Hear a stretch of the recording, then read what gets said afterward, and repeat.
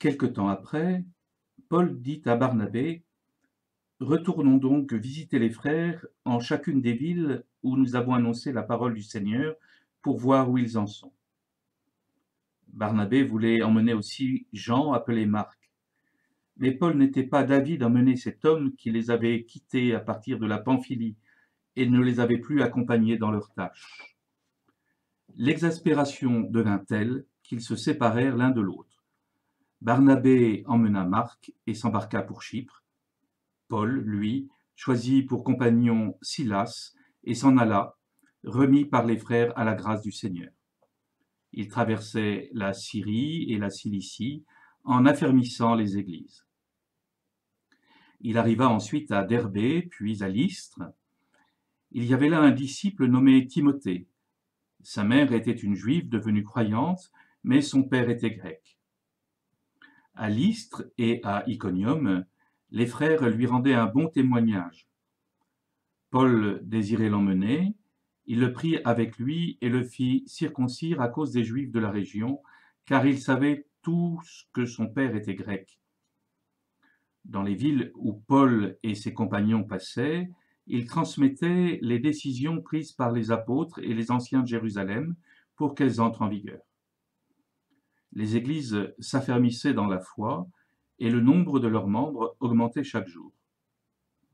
Paul et ses compagnons traversèrent la Phrygie et les pays des Galates, car le Saint-Esprit les avait empêchés de dire la parole dans la province d'Asie. Arrivés en Mysie, ils essayèrent d'atteindre la Bithynie, mais l'Esprit de Jésus s'y opposa. Ils longèrent alors la Mysie et descendirent jusqu'à Troas. Pendant la nuit, Paul eut une vision. Un Macédonien lui apparut debout, qui lui faisait cette demande: passe en Macédoine et viens à notre secours. À la suite de cette vision de Paul, nous avons aussitôt cherché à partir pour la Macédoine, car nous en avons déduit que Dieu nous appelait à y porter la bonne nouvelle. De Troas, nous avons gagné le large et filé tout droit sur l'île de Samothrace, puis le lendemain sur Néapolis, et ensuite sur Philippe, qui est une cité du premier district de Macédoine et une colonie romaine. Nous avons passé un certain temps dans cette ville, et le jour du sabbat, nous en avons franchi la porte pour rejoindre le bord de la rivière, où nous pensions trouver un lieu de prière. Nous nous sommes assis et nous avons parlé aux femmes qui s'étaient réunies.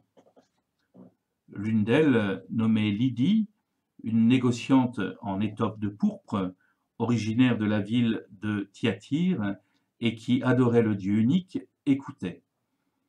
Le Seigneur lui ouvrit l'esprit pour la rendre attentive à ce que disait Paul.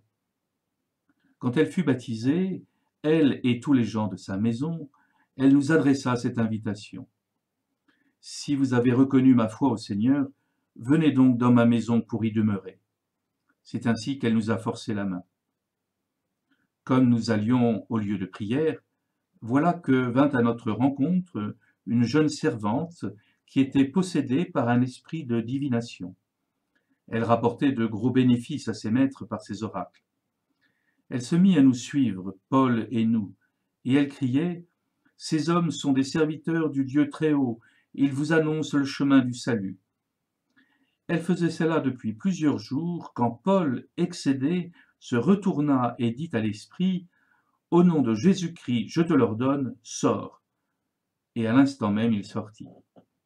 Les maîtres, voyant s'en aller l'espoir de leurs bénéfices, se saisirent de Paul et de Silas et les traînèrent sur la place publique auprès des autorités. Puis ils les firent comparaître devant les magistrats en disant: « Ces gens troublent notre cité. Ils sont juifs et ils prônent des coutumes que nous n'avons pas le droit d'accepter ni de pratiquer, nous qui sommes citoyens romains. » Alors la foule se déchaîna contre Paul et Silas. Les magistrats ordonnèrent de leur arracher les vêtements pour leur donner la bastonnade. Après les avoir roués de coups, on les jeta en prison, en donnant au geôlier la consigne de les surveiller de près. Pour appliquer cette consigne, il les mit tout au fond de la prison, avec les pieds coincés dans des blocs de bois. Vers le milieu de la nuit, Paul et Silas priaient et chantaient les louanges de Dieu, et les autres détenus les écoutaient. Tout à coup, il y eut un violent tremblement de terre qui secoua les fondations de la prison. À l'instant même, toutes les portes s'ouvrirent et les liens de tous les détenus se détachèrent.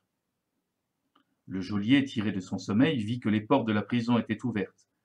Croyant que les détenus s'étaient évadés, il dégaina son épée et il était sur le point de se donner la mort.